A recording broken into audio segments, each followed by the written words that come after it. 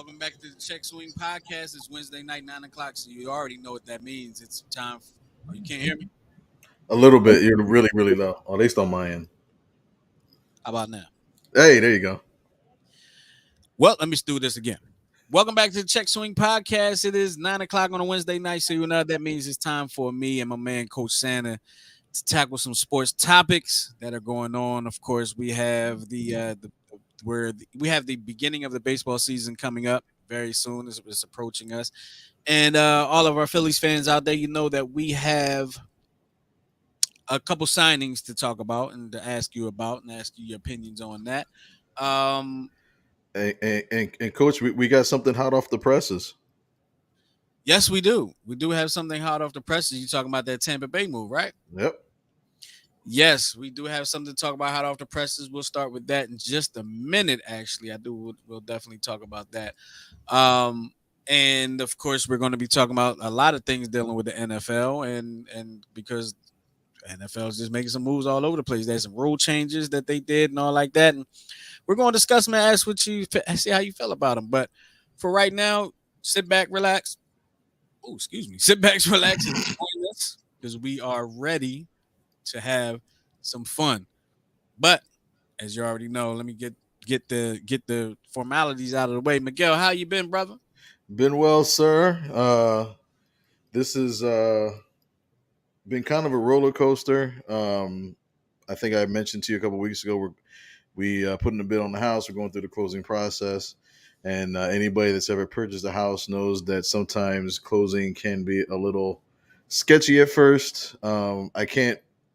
It's one of those things I can't really discuss until the contract's official. But we got a lot of legalities out of the way, I will say, Okay. and we're scheduled to close hopefully, prayerfully on Monday, and we'll have the keys to the new digs in Northeast Baltimore. Awesome. Awesome. That's great, man. Congratulations on that. Thank you, sir. Early congratulations because it's already in the works. I already know it. So early congratulations on that. And I hope y'all have my palette ready. Not a problem. All I need is a palette. I'm good. I don't even need fancy digs. Just give me a palette. Just give me a palette. Take the cushions off the couch, put a sheet over it, and give me a blanket. I'm good. Hey, we got you, man. Listen, and we're close.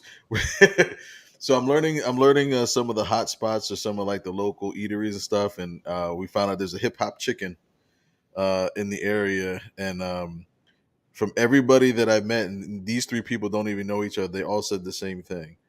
They said the crack spice that they put on top of the chicken is something to kill.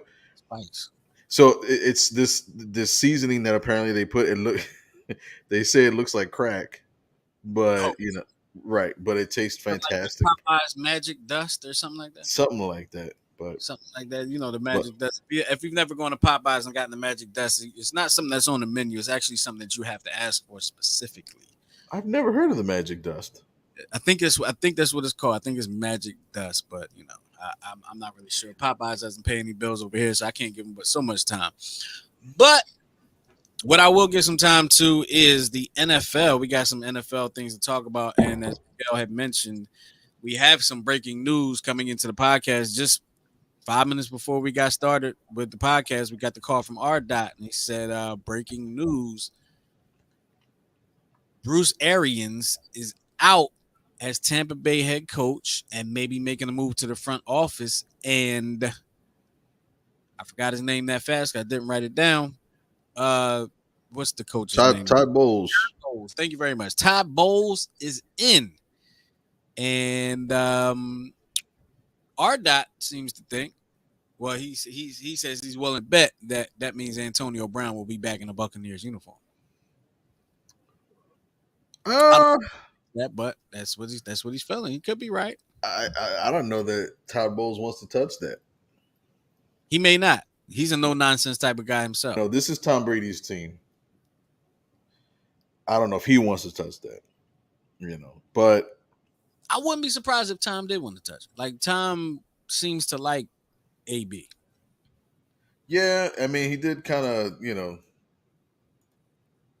press to have him on the team and whatnot. So, at the end of the day, winning kind of solves everything. So I guess we'll see. But one of the things that like a lot of people were commenting on, like Bruce Arians posted like a 5-page synopsis between his career and what he wanted to do, what he accomplished, and even dedicated a segment to wanting to walk away and ensuring that Todd Bowles would have the best opportunities to succeed. So kind of like laying the groundwork for him and making sure that he's in a situation where he can be just as successful as he was. So, Yeah, really a good situation.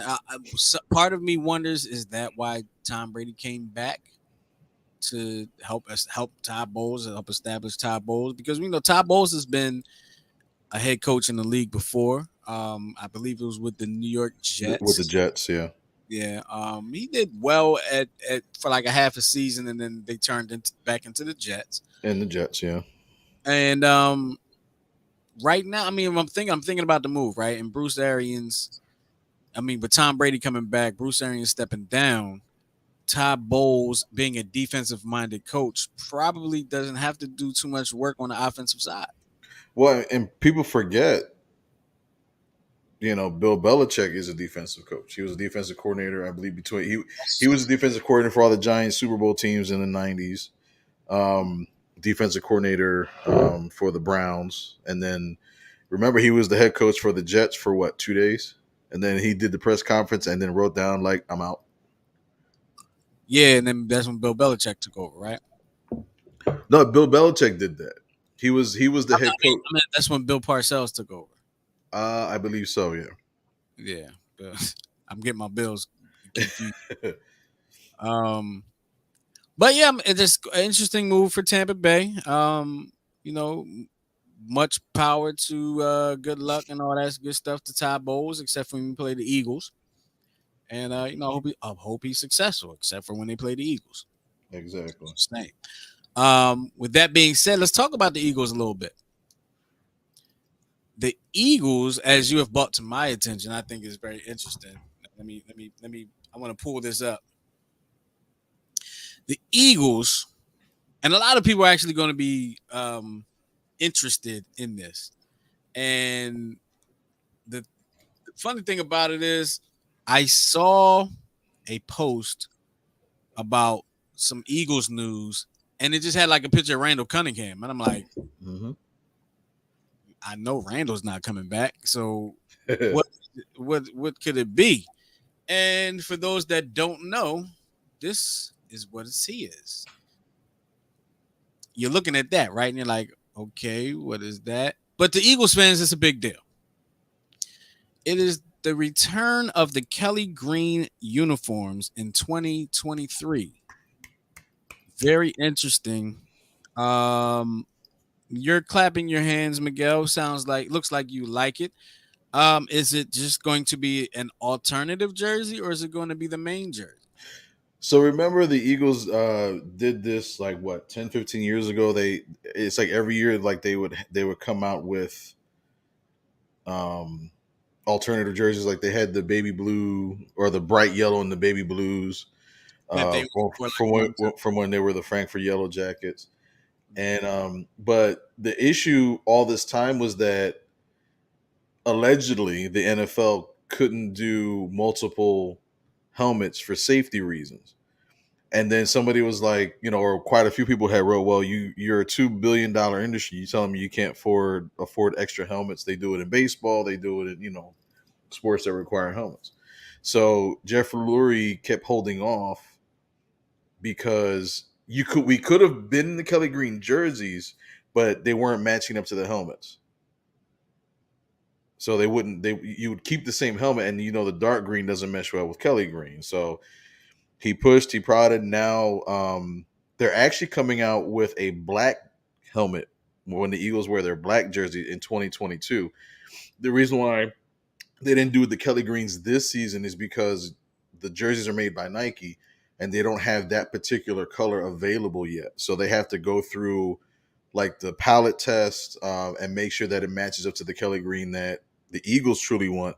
And that's why it takes roughly like 6 months to match it.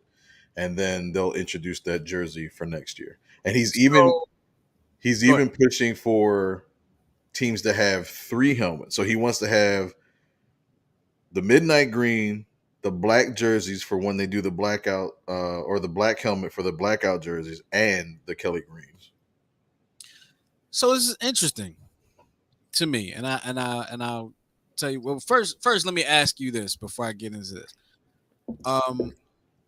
And I apologize if I'm like my words are slurring a little bit. I think I bit my tongue, and I got like a bit my tongue earlier a couple days ago, and it's like my tongue keeps getting in the way of my teeth. If Did you that say makes live TV? That's live TV. sense. The picture that you have there of Jalen Hurts wearing the uniform, is that just a mock up per se? That they didn't wear. Jalen Hurts hasn't worn that, right? Never worn that. No, it's just a mock up. So it looks good. If they can find that particular color palette in their color swatch, but yeah. It doesn't look as good, honestly. Let me be honest with you. It doesn't look as good in the older photos that you have there.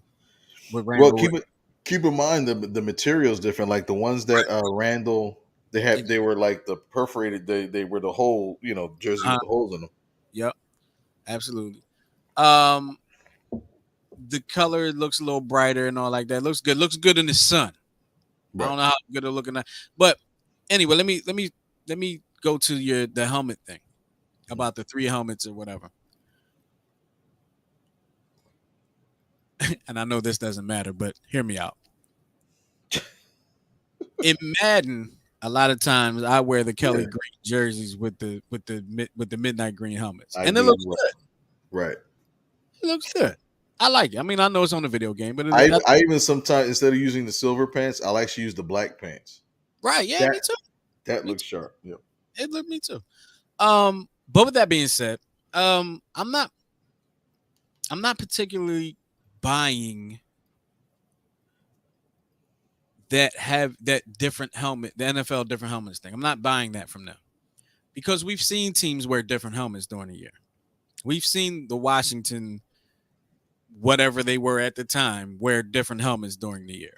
What it was, because I noticed it with the Rams, for instance. They said you can change the decals if you have them, but you couldn't have another full helmet, a completely different color. Helmets just with a different decal on it. Right. So like they've had the base blue, but they would get like the white horn and take the decal off and swap it out with the yellow horn. So that's how they kind of got around it. But you're talking with the Eagles, you're talking about 3 different completely different colors. Kelly green, midnight green. I don't understand why they wouldn't be able to get 3 different helmets. And that's what everybody's been complaining about for the last, and Jeffrey Lurie was the one that kind of led the charge in that. So nobody else could understand, wow, you guys made 2.5 billion, 3.5 billion, and 2.5 billion. It's like, I'm sure you can front for a couple helmets. Yeah, that's probably true. Now, let me ask you this, because I've always wondered why Eagles fans have an infatuation with the Kelly green uniforms. When they came out with the midnight greens, people loved them. And they loved them for a long time. And then all of a sudden, one day they was like, I want to see the Kelly greens again. And we did see the Kelly greens back in the Mike Vick era. Matter of fact, I believe Kevin Cobb's first game was in the Kelly greens, and he got hurt. Yep. So we did see him in that era. Now, why does Philly push so like? A majority of Eagles fans that want the change want it to be the permanent change. They say they don't like the midnight greens, which I don't understand why they don't like. I love the midnight green. I think they're awesome. I think they look great. You know what it is? It's like you see the eagle on the head, like it's like a, if you compare the eagle wing on the old helmets versus the new helmets, the new one looks a little cartoonish, but like that one, it's like almost the authentic wing, like, spread. It's more like sharp. It just looks stronger, I guess you could say, if that makes sense. But I think the attachment to it is because, like, you look at Randall and you look at Reggie White and you look at like Bill Berge, Wilbur Montgomery, Harold Carmichael. It brings everybody back to a time when the Eagles would have like these spurts when they were so bad for so long, and then they would have like those special teams, like the Dick Vermeil teams. So let me Um, ask you this. Let me stop you right there. mhm. Why do you want to be reminded of the years that we didn't win it? We've I see. only won it in the Midnight Greens. Why do people want to go back to that era? We called it such a great era, but we came away with nothing. Right. Why are people so impassioned to go back to that? Again, growing up, like for me, I was brought up on the fact that we were a defensive town. We wanted to slam Aikman in the turf, and we did.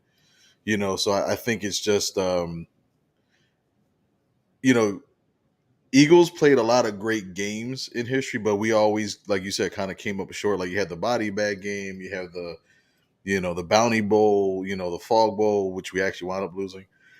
But there's a lot of games in history. It's like those moments that were like, wow, that was a great moment. And I think people, even though we won the Super Bowl with the new jerseys, I think it's just kind of like that soft memory. I think the key moment is when Jerome Brown died. Because when Jerome Brown died, it was like that kind of hurt. So I think a lot of it has to do with like maybe, you know, honoring our fallen that have come up short, like Reggie White. There's a lot of Reggie White jerseys out there, a lot of Jerome Brown jerseys. So I think a lot of it has to do with that. But I think during that time we kind of developed our personality, because again, you go to Buddy Ryan, never won in the playoffs, but the first thing he said when he became the Eagles head coach was, who the hell are the Cowboys? We always beat them anyway. So it was like he knew how to kind of play that, Buddy always play up to that. to the crowd. He knew where he was. He knew where he was. Right. He knew where he was, and this town loves Buddy, and Buddy didn't accomplish anything. And I read another story in regards to the jerseys. When comparing it to the Phillies jerseys, there was actually some people saying that the Phillies should change their jerseys, because even though again we won our second World Series and went to a fourth with the current jerseys, we've had those jerseys for the majority of the franchise, but it's like the 70s 80s P that a lot of people are like that was like the best, That's the best what you jersey. associate with. Yeah, Yeah. watching games on the Phillies games used to come on Prism. They came on Prism in the 80s when Prism came out. Yep. But watching Phillies games on Prism, I remember the I forgot what they called it. Today they call it a graphic, full screen graphic, Chiron. Some people call it a Chiron graphic. But the interstitial of the Phillies P and whoever they were playing, like the Pirates, and it would be like on Right. the screen. And Yep. today, if you see it, it's like it looks like the old graphic, but that I just those memories. But like I don't mind. I personally don't mind the Kelly Green. I like the Kelly Green. I wouldn't mind seeing it. Maybe 4 times a season, maybe 5. You know what I would do? I would actually make it like, if the NFL can market this, they're probably going to steal this if I give this out. But why not make it a division rival jersey? Like where the throwbacks when you have your division games. Not a bad idea. You know what I mean? Just because you kind of bring attention to it, like the Eagles with the black jerseys, they went all black like starting like 5 or 6 years ago, and all of a sudden they always did it against the Giants when they played them on 39. They would always kick their butts. So It's very interesting. And they don't, they don't go all green anymore after they got. I think they got whooped by the Niners on a Thursday they night. got work. That was the road flare game. Somebody shot a road flare like across the. It was it was a glimpse of it, but somebody like shot it from like the 300 level at the vet, and it landed like third base side. You saw like this red thing go down, and I don't remember that. Wow, I don't remember that. Wow, that's crazy. Somebody I think that was the same season that Rodney Pete dropped back to pass and tore his ACL, and nobody touched him. Rodney Pete played in the Midnight Greens. Yeah, his remember the Detroit Lions playoff Midnight game? Greens came in with Ray Rhodes, huh? Yeah, that was 95. Wow, And no, he played with both jerseys. He played the last year that the Eagles had the Kelly Green, and then he was there for I think 3 seasons. I think it was 96 or 97. He tore his ACL, and that's when you had Ty Detmer come in. Actually, it was Bobby Hoying. He had like the greatest 7 games of the history, and People then always say that, and I literally do not remember not one game Bobby Hoying played. Not one. I remember he beat at the vet Boomer Esiason 45-44 in like overtime. Mm. That was the game that was the game that was like, oh my god, he's the next one. And I think like the first 3 games in the next season he threw like 12 interceptions. So he wasn't it. That's good memory by you. Yeah, Bobby Hoying was like our number, not a number one pick, but he was like one of our first round picks. And yeah, he was pretty bad. All right, so the ultimate troll has chimed in. He says, "Keep the Kelly Green in the vault. These new Eagles fans aren't worthy." The new Eagles fans. I call him the ultimate troll because he's trolling the new Eagles fans. Maybe the new Eagles fans aren't worthy of it because, like, if you're a new Eagles fan, You you mean weren't. those If you're a new Eagles fan, you weren't around for the Kelly Greens. right? Yeah, you didn't you didn't have our pain. It's like being the pain of like a Phillies fan growing up. Like you were here for Ryan Howard and Chase Utley, but you weren't here for like Steve Jeltz and Rod Booker and Carmelo Martinez. Wow. You don't know our pain. Wow, Steve Jeltz. Oh, I'm trying to think. I'm trying to think of like a bad player that, like a Raul, Tommy. Tommy Green was good, and remember he had a no hitter, Yeah, he was good, but he played at the time when the Phillies were just awful. and he was always injured. Big Tommy Green, and who was the pitcher we had? Not Mitch Williams. I think it might have been Tommy Green that threw the ball like into the crowd off the mound. Like it came out his hand like wild and wacky and went off into the crowd somewhere. No, that was Mitch Williams. No, he did it too, but there was another pitcher that did it. That's what I said. Not Mitch Williams. I know Mitch Williams definitely did it. Pat Combs did it because he had a really weird. He had like a shot put, kind of like he curled his arm and like shot put it over the plate. Pat Combs did it. He also got his butt. He also got his butt whooped by Dale Murphy in a fight. Dale Murphy. Oh, you know who else? Roger McDowell. He was a closer for the Phillies. Wow. Because Roger McDowell and Lenny Dykstra were traded from the Mets to the Phillies for Juan Samuel, and I forget the other person. What? That's why I used to walk around the house saying that all the time. Historical moment. My 5th grade teacher actually dated Juan Samuel. Really? And he bought her a convertible and picked her up one time from my school. It was like Jerry Kill Juice everywhere. And I was like, "Can I have your autograph?" And he just her name was Miss Newland or something. And she was like, "All right, bye class." And we're like, "You know what, Samuel, can I have an autograph?" And she just walked right in and just like she didn't even know us. Was your teacher cute? She was older. I guess in 5th grade you just see her as an older lady, huh? Yeah, they were. I mean, anybody that was older than like 13 was old, you know. Right, but Juan Samuel was what, in his 20s? Yeah, So it was weird because our teacher was older, so it was like I don't know if he needed a sugar mama. I don't know if things weren't going well financially. Do you think she was older than him? She looked older than him. I mean, I'm going by assumptions. It was Juan Samuel. You were like, "It's Juan Samuel. He's awesome. What are you doing with her, lady?" But I got mad because you're stupid when you're that age, and then he was traded a year later, so I blame my teacher for him getting traded. That's hilarious. That is hilarious. Once again, if you have an opinion on anything that we're talking about today, of course, you can shoot us a message right there in the chat, or what you can do is, let me take that on out of there. You can give us a call at 669-275-0323. That's 669-275-0323. Now, we kind of got into the we started talking about the Phillies, but really we were talking about the uniforms and the Eagles uniforms and how they were they're going to bring back the Kelly Greens in 2023. They're going to have all blacks in 2022 this upcoming season, which I'm very interested. I hope it's like a black helmet with like either the silver or like a green wing. So imagine yeah, I think that's the debate. I think right now the rumor is it's the black jersey. It'll be the white wing, but the like the little shadows underneath that'll be green.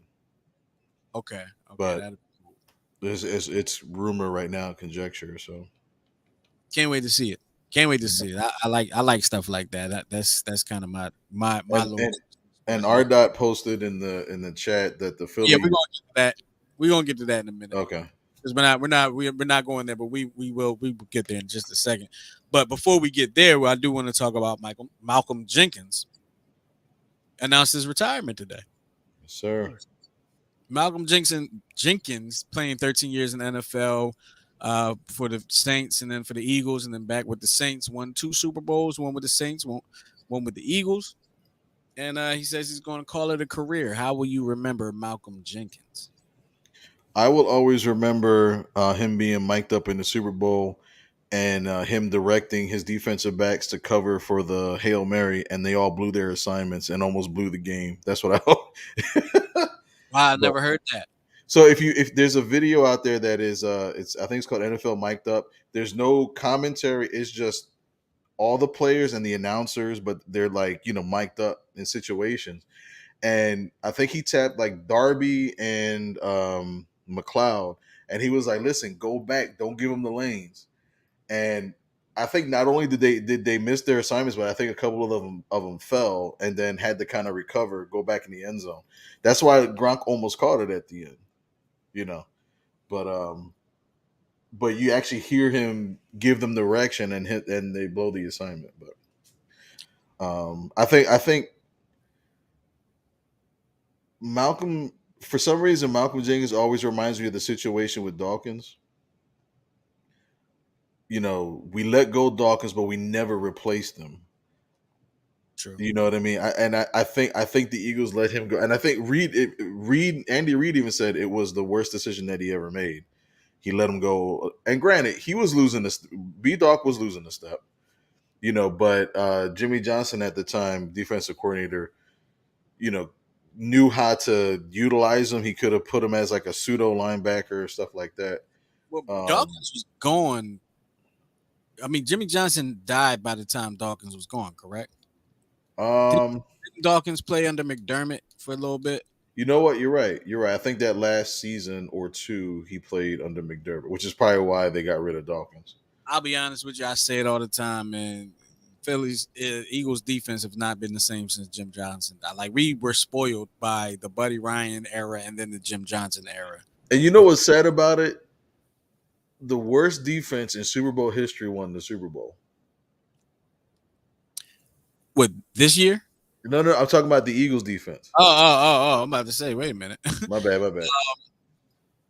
And The that was hold on, wait a minute. Say that. Give me that statement again. The worst. so let me say it correctly.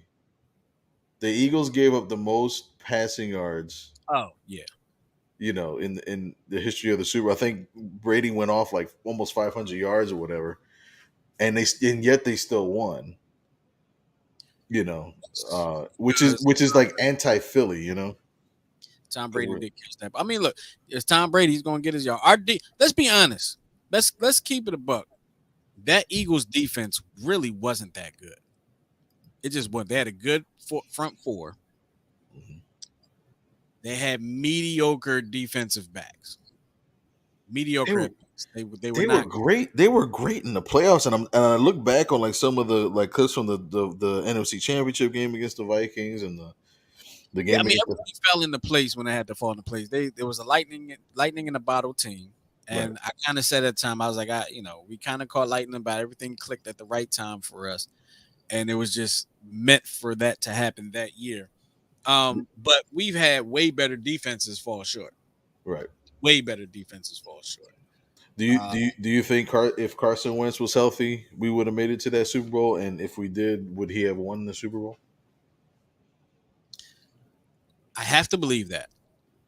I have to believe that because I mean that year Carson Wentz was playing amazing. Yeah. He's playing out of his mind. I mean, he would have probably won the MVP had he not gotten hurt. And I'm not sure that he shouldn't have still won the MVP that year. You know, you give. I think Tom Brady won it that year, if I'm not mistaken. I think Tom Brady won it. Which, I mean, what year could you not have given Tom Brady the MVP? Right. But Carson Wentz, like his numbers were ridiculous up until the point where he got hurt. He only threw with 3 interceptions Mm. that season. Some of the Broke. passes that he was making were just ridiculous. He was Insane. Yeah. putting up yards. He was putting up numbers like crazy.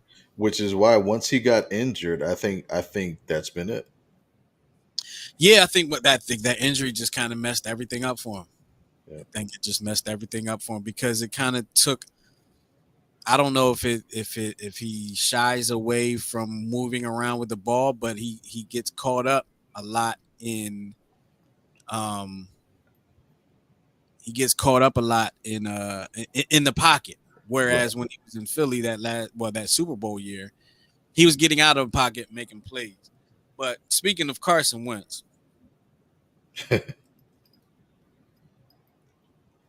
there he is. Some interesting comments came out.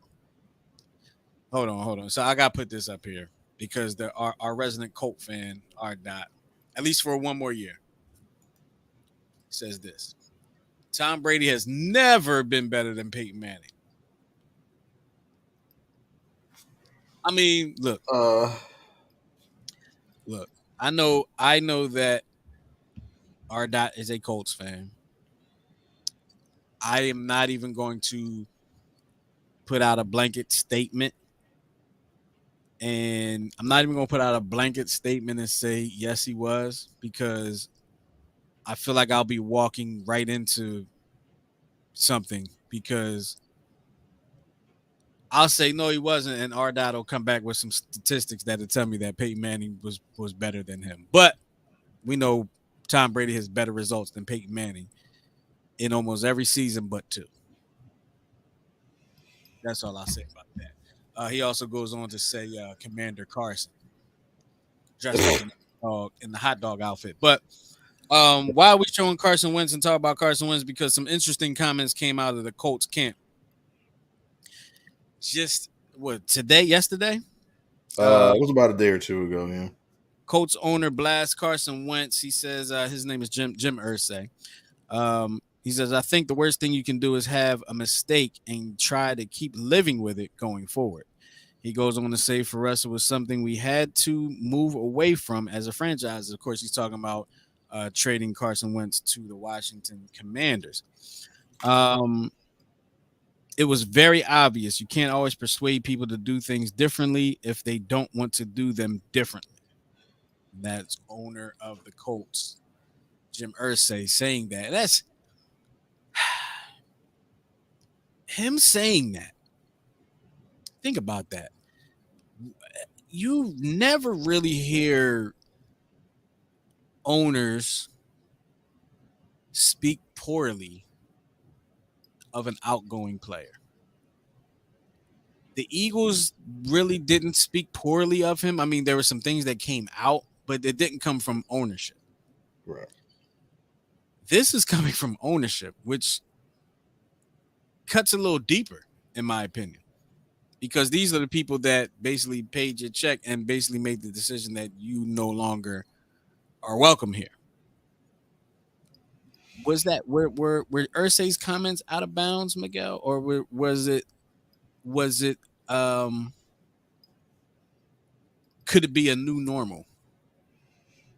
Yeah. You don't usually hear owners speaking out. I don't know that it's a new norm, but it I think it speaks to the reputation that Carson seems to be developing because a couple weeks ago there's a story that came out about during the Super Bowl run how Carson Wentz kind of moped and he was actually upset that the Eagles were winning without him, and allegedly there was an altercation to him and Darren Sproles, but Darren Sproles set the record straight. He just said, I just told him, like, we're a family and we do things together. and apparently he said it loud enough that the whole house heard it, and then that was the end of the conversation. So, you know, credited to immaturity, and there was some rumor, some racial tension, which might be a little over the top, but but for an owner to come out and blast a player, I don't know if it's a good look. That may not help potential free agents that want to come out for an outlandish owner. you know Washington's not in a great situation themselves with their owner, because he may actually be ousted in a few years. But I mean, well, we really feel like Carson Wentz is probably just a stopgap quarterback. yeah. Wouldn't be surprised if Washington drafts a quarterback this year. I don't know if they're in the market for him, but there's a Malik Willis, the quarterback out of Liberty. Hmm. Could be looking at him. He's a dynamic quarterback, can make plays with his legs. Had a great year at Liberty. People say, "Well, it's Liberty." Well, yeah, it is Liberty, but it's football. I mean, Carson Wentz came out of South Dakota State or something like that. So, Right.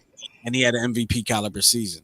Um, our resident Colts fan, our dot, he says Frank Reich also said we have no seller's remorse when talking about trading Carson Wentz. The entire organization was taking shots at Carson Wentz, and I do remember at the end of the season, I think Frank Reich even apologized to Jim Irsay for bringing Carson Wentz in there because they gave up a lot for him. They did. They gave up a lot for him. They basically cleaned the slate for the Eagles. Yeah. And And now I believe Washington is cleaning the slate for the Colts. Maybe, yeah, I think so. yeah. I mean, Um, they guaranteed the rest of his contract. Like, who does that? yeah, yeah. But, Um, with all that being said, Taylor Heineke obviously is not the end. They don't see Tyler Heineke as the answer in Washington. So they bought in Carson Wentz. Yet another sloppy seconds from the Eagles. They also traded for Donovan McNabb at one point too, and we all know so how that went. so does this solidify? Does this end the criticism of Howie Roseman? Because he's been getting dogged since the Super Bowl because of some of the moves that he's made.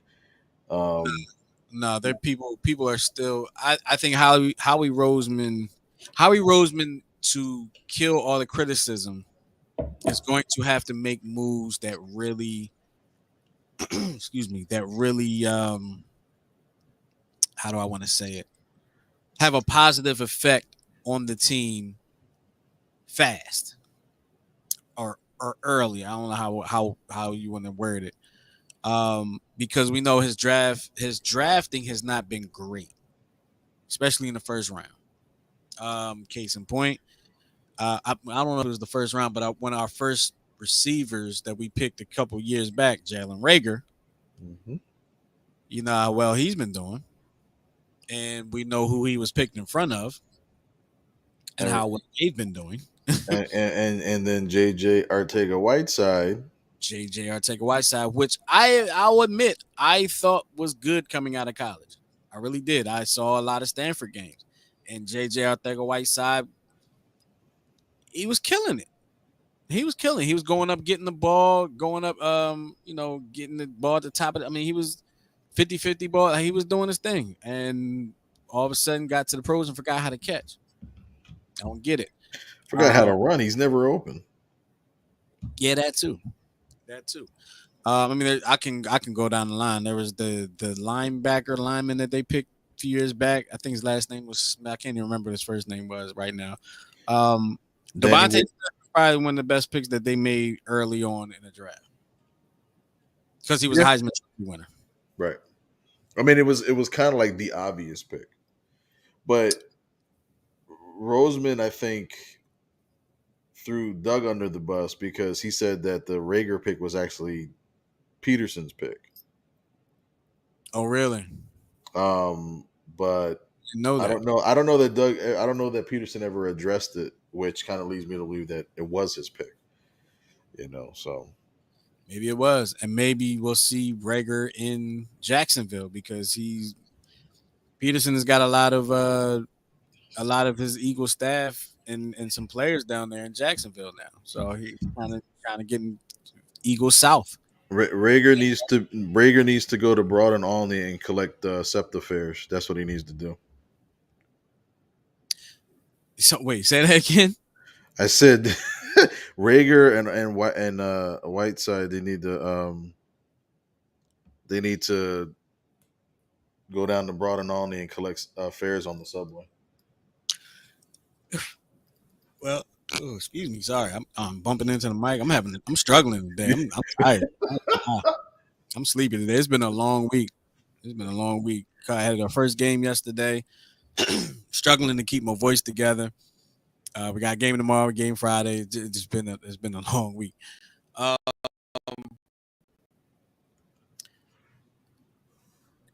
do is there any fear of Carson Wentz in Washington? Is there any No, none. Absolutely none. Carson Wentz's career started taking a downturn in the second half of his first game against Washington after his injuries. No, I'm sorry. The year after, 2 years after the Super Bowl, so 2019. Mhm. Because remember that first half he lit it up, Mhm. and second half he got lit up and has never been the same. Well, remember, so when he came back, which he came back too soon. He came back.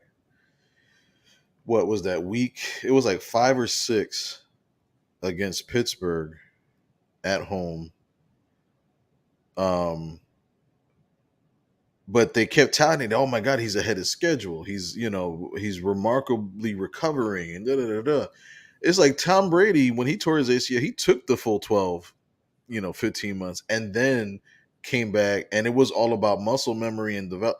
Like Carson Wentz came back, I think, at 9 months. He came back too soon, and then because He wanted to go ahead. Go ahead. right, no, because then right, he wanted to solidify his spot as the starting quarterback, but when you have an injury like that, the first thing that they usually report is that it messes with your mechanics because you have the brace and all that.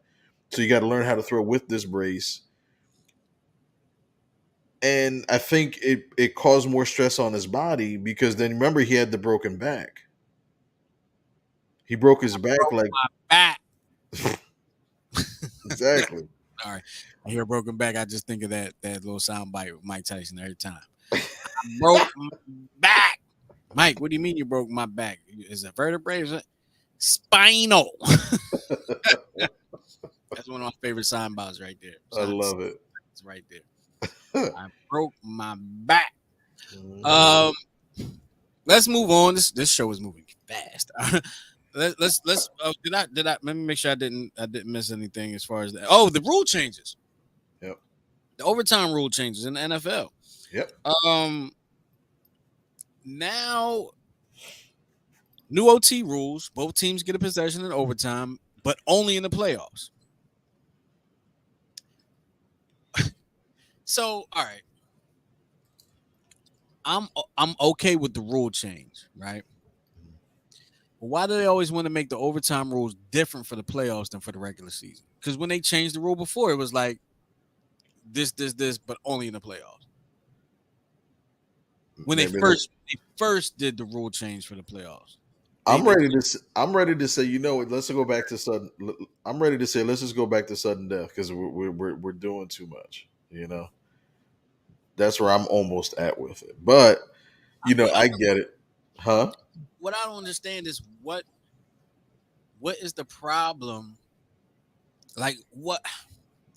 I never liked sudden death. I didn't because sudden death overtime for football, honestly, to me, in my opinion, is not as exciting as both teams getting in possession, right? That's fair. Because a team can get to the 40-yard line with a good kicker, kick a field goal, game over. That's not exciting. I got you. Okay.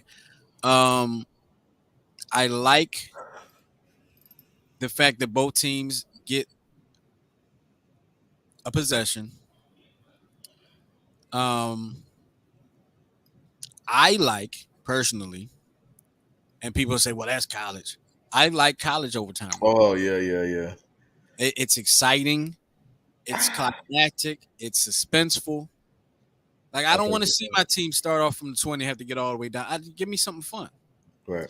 and that's also part of the reason I like, and I know most people don't like it, and I do understand why. Why I like the Major League Baseball over or extra innings rule with putting a runner on second base. Baseball's different. I know I most people don't like it. I know most people don't, but I like it because it creates suspense. So it's like, what do you do with this guy on second base now? Do you bunt him over? Do you just try to hit him? Like, it creates a suspense. It also actually gives you a reason to bunt, which they still which won't. most people don't like to do anymore. As Joey Gallo, he's still gonna swing for the fences. That prick. Yeah, probably. He probably will. But I mean, why not add some? If you're going to do this, add some excitement to the game. I don't know what it is about the NFL that they want to. I know they want to separate themselves from the college game because it's not college, but the college overtime is exciting. This is all stemming from the one of the more worst coach games in the playoffs that I've seen. That it was that Buffalo Chiefs game Mm-hmm. when your quarterback literally led you to a touchdown, I believe, on almost every possession, and then you're winning the game and you play prevent defense. You literally let, with 13 seconds, you let the Chiefs literally run down the field on 2 plays. Now, is that the fault of the game, or is that poor Oh, coaching? And then you go into overtime and you go back even further. That's I hate when bad coaching gets they rewarded. wanted to avoid that over the top with Tariq Hill because they know they had nobody that could stop him. So you Right? give them you give them 80 yards in front of you. It does I know it, it's crazy. It's stupid. It's stupid, but I guess right. what you want to do is you don't want Tyreek Hill to beat you with a big play. If he's going to beat you, I guess he's going to have to dink and dunk it to death. But Tyreek Hill beats you with a big play. Hell, if Tyreek Hill beats you with a big play, game over anyway. So, Right. um, but all in all, like the college, when I fell in love with the college overtime, it was 2006 maybe. Penn State, Florida State, Orange Bowl. Oh wow. Okay. Bobby Bowden, Joe Paterno. They go into overtime and they just go back and forth, back and forth, back and forth, and eventually Penn State ends up winning the game. But my eyes were glued to the screen. It was exciting. It was suspenseful. They have at one point you cannot go for a field goal anymore, or excuse me, extra point. You have to go for the 2 point conversion. So they in college they dwindle it down to a winner in a Right. sense. Dwindle it down to a winner. Yeah. Dwindle. I don't think dwindle is a word, but I made it up. Dwindle is the correct word. Dwindle it down to a winner. But we'll see. How do you feel about the new overtime rule? Like, with both teams getting a possession, you like the sudden death of the original overtime, but I mean, I do. I think it's they're hearing the outcry from that Buffalo Bills game. Um, just like the Chiefs heard they're hearing the outcry when it happened to the Chiefs. Remember the Super Bowl after Brady lost? He made it to the AFC Championship game, and the Chiefs never got the ball back. He marched down the field and they scored, in overtime. So I get it. You want to give everybody a fair shot, but I just think like the Bills just should have stepped up and been more aggressive, and they they played scared. They played not to lose, and we always say, when you play not to lose, you lose.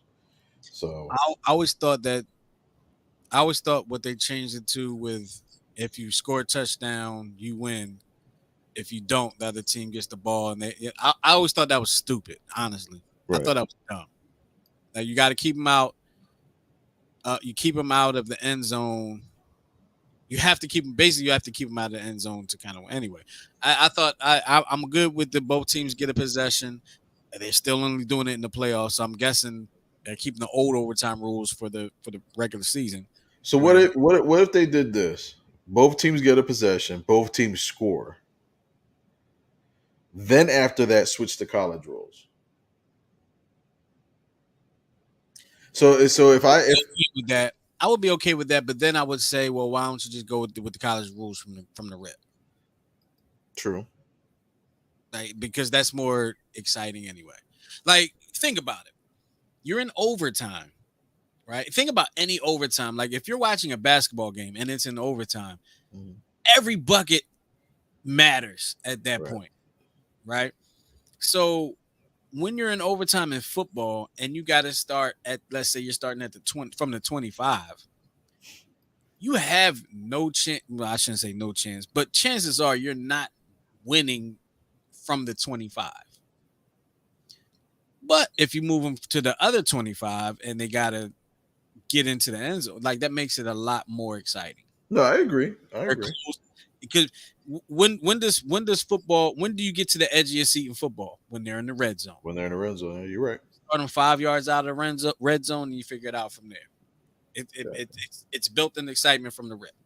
I was thinking about matching up with what hockey does because they have like a real quick 5 minute overtime, and then if they're still tied after that, then they go to a shootout. Yeah, what would be the equivalent of a shootout for the NFL? What you think? Go switching the college rules because you're closer to the 25. You dig what I'm saying? So it's Okay. like, kind of it makes everybody happy. So if you score, then the other team has, it's like desperation. They have to score, but then if they don't, they lose. But at least they got the extra opportunity.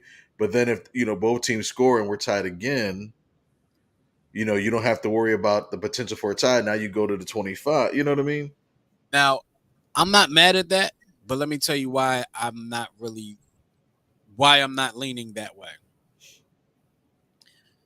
Because now you're running your team up and down the field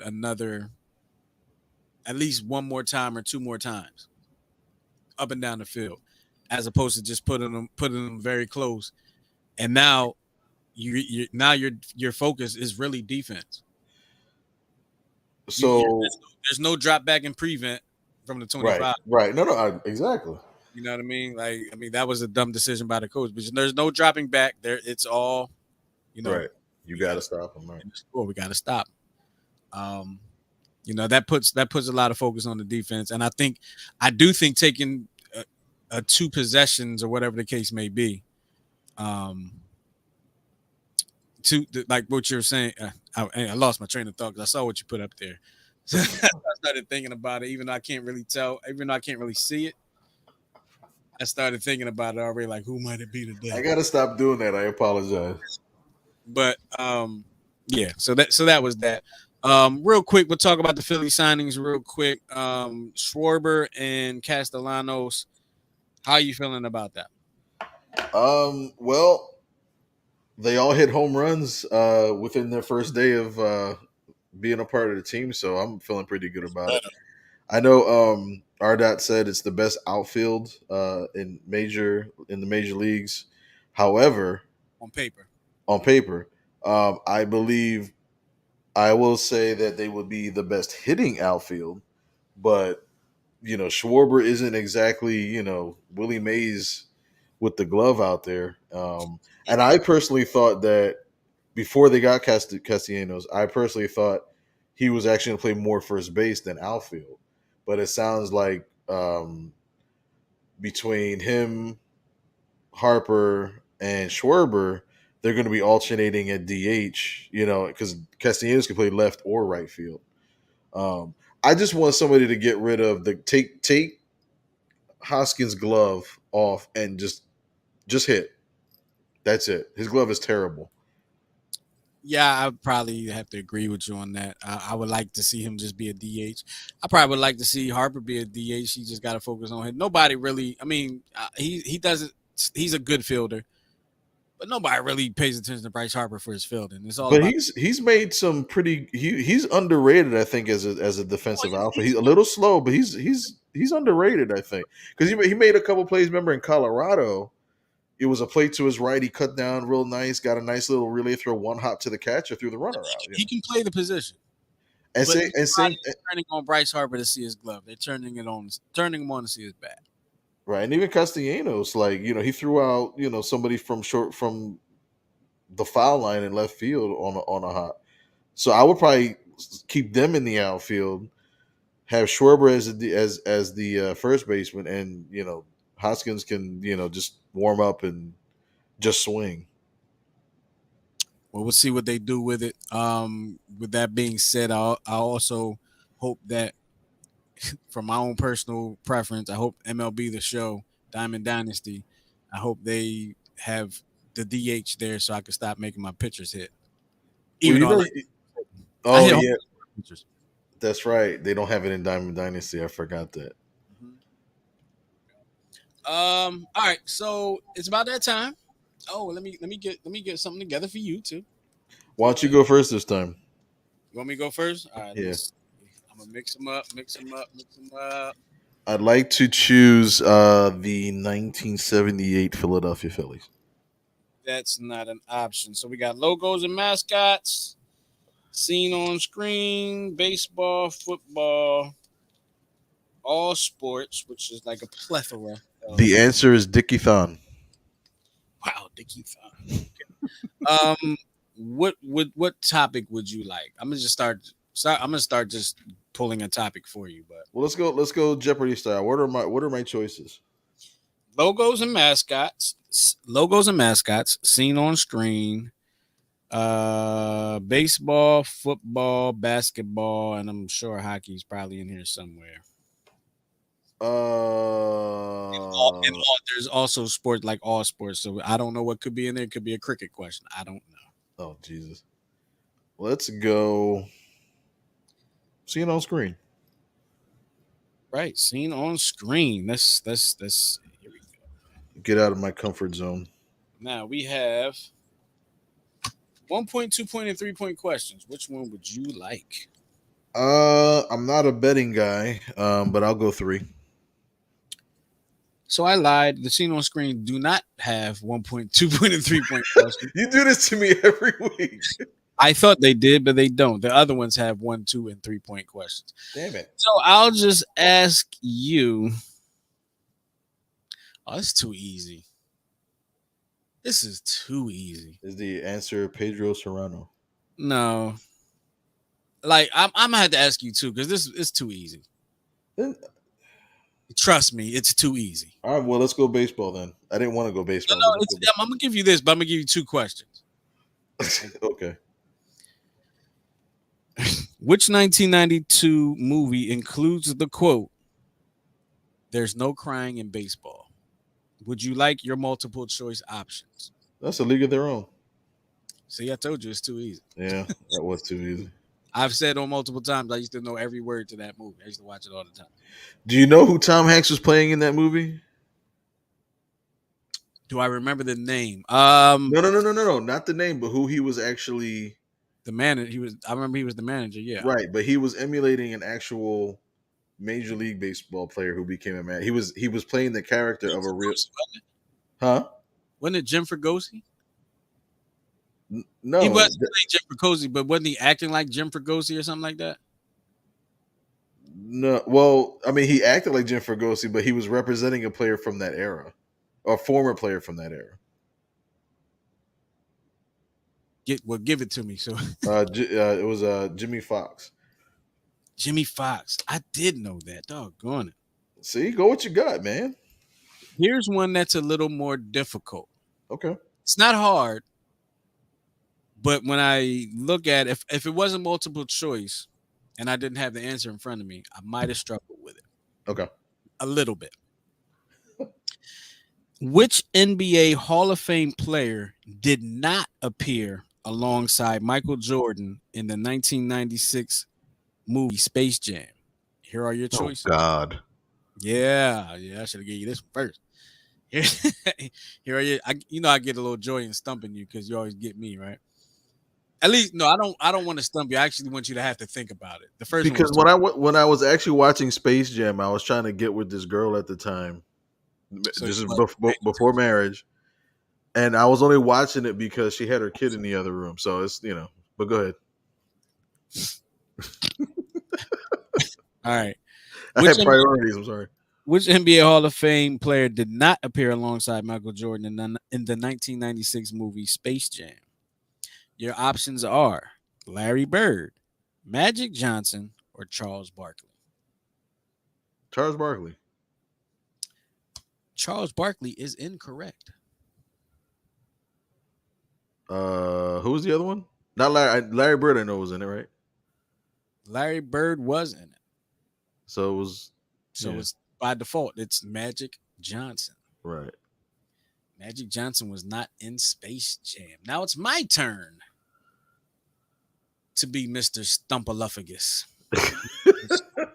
I'm gonna use that as my new handle. Okay, so let's see. Cy Young Award winner, four-time All-Star, and the ERA title. And I have no chance of getting this. Number 65, number 34. Are those for the Braves? All right. So this I- gentleman Those played for those are the for the Cleveland Indians, Okay. the Philadelphia Phillies twice, Seattle Mariners, and the Texas Rangers. Cliff Lee. Whammo. And I think I was debating on this because like a true Phillies fan would know the two numbers. He had 34 when he first started, and then he was traded and he came back with Roy Halladay, and then he was 33. I denounced that statement. A true Phillies fan with no numbers because I had no idea what numbers, what jersey numbers. That's right, because I could give you Ron Gant. You're like, I, I forget. Was Ron Gant number 10? No, he was number 5. I was half right. 10 was I think. Or was I double wrong? I was double wrong. Yeah, you were double wrong. 10, because I think was the 30. Like I couldn't remember what Ron Gant number was. I think 10 was either Belliard or I think Charlie O'Brien. You're a third string catcher, the private catcher for Greg Maddox. I don't like pitchers. I don't like pitchers that need private catchers. I think that says something about their ego. And like if I'm not mistaken, Zach Wheeler had a was it Zach Wheeler? JT Realmuto did not catch for Zach Wheeler, correct? No, it was pitchers. It was one of the pitchers JT Realmuto did not catch for. And it was the backup. What was the backup catcher's name? But it was every time he pitched, it was that catcher. I think it was Rafael Marchand. I don't recall because no, I'm not. I'm gonna lie because the Mets game that we went to, it was Suarez that pitched, and it was Realmuto catching. Yeah, I believe if I'm not I could be wrong. I could be very wrong, but I feel like there was one pitcher on the Phillies that did not have Realmuto catch for him, or just maybe they were giving Realmuto play a rest a week. Could be, could have been. But that's going to do it for the Check Swing podcast this weekend. I'm going to thank this week. It's a rough day. I want to thank everybody. We want to thank everybody for checking us out this week. And of course, make sure you come back and check us out next week as we are going to bring you all the sports knowledge and opinions and all that we always give you every week right here on the Check Swing podcast. Now, for Miguel and myself, we'll talk to y'all next time. We out of here. Peace.